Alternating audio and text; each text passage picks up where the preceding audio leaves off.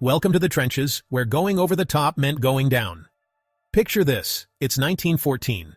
You're a young soldier and you've just signed up for the adventure of a lifetime. You're off to fight for your country, see the world, and maybe even get a medal or two. Sounds exciting, right? Well, here's the catch. Nobody told you about the trenches.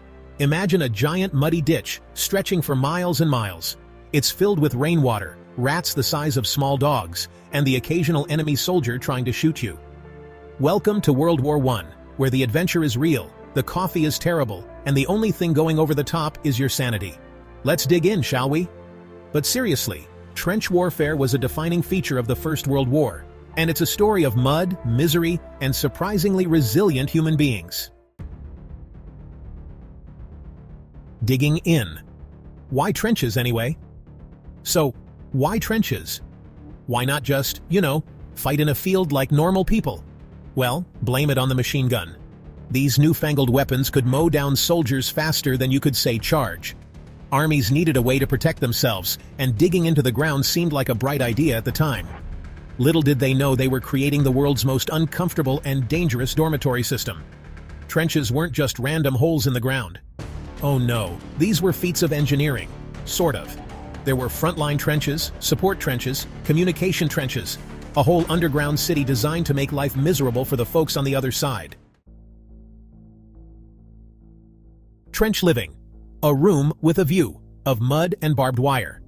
Life in the trenches wasn't exactly a five-star hotel. Imagine living in a muddy hole in the ground for weeks on end, with the constant threat of death raining down from above. Luxurious, right? Soldiers had to deal with rain, rats, lice, and something called trench foot, which we won't describe here, but let's just say it involved very unhappy feet. But amidst the misery, there were moments of humor and camaraderie. Soldiers would play cards, write letters home, and even put on plays to keep their spirits up. Because when you're living on the edge of oblivion, sometimes all you can do is laugh. Section 4. Tales from the Trenches. Rats, rain, and really bad food. Speaking of laughs, let's talk about the food. Imagine opening your ration pack and finding a can of bully beef. Again. That's pretty much what soldiers had to look forward to, day in and day out, along with hard biscuits and watery tea. Bon appetit! The rats were another culinary challenge. These weren't your cute, cuddly pet rats. These were battle-hardened rodents, big enough to carry off a small loaf of bread. Soldiers told stories of rats stealing their food, their socks, and even their false teeth. But the trenches weren't all bad. Okay, that's a lie. They were pretty awful. But they did foster a sense of brotherhood among the men who fought there. They relied on each other for survival, and they shared a bond that could only be forged in the crucible of war.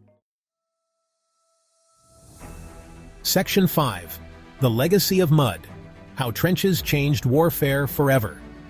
Trench warfare might seem like a distant nightmare, but its impact on military strategy is still felt today. It showed the world the devastating power of machine guns and artillery, and it forced armies to rethink their tactics. No longer could generals rely on grand cavalry charges or massed infantry assaults. The First World War ushered in a new era of warfare, one where technology and strategy were just as important as bravery and brawn.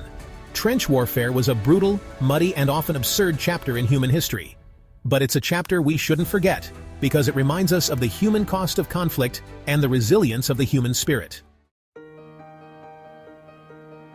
Section 6. Keep digging.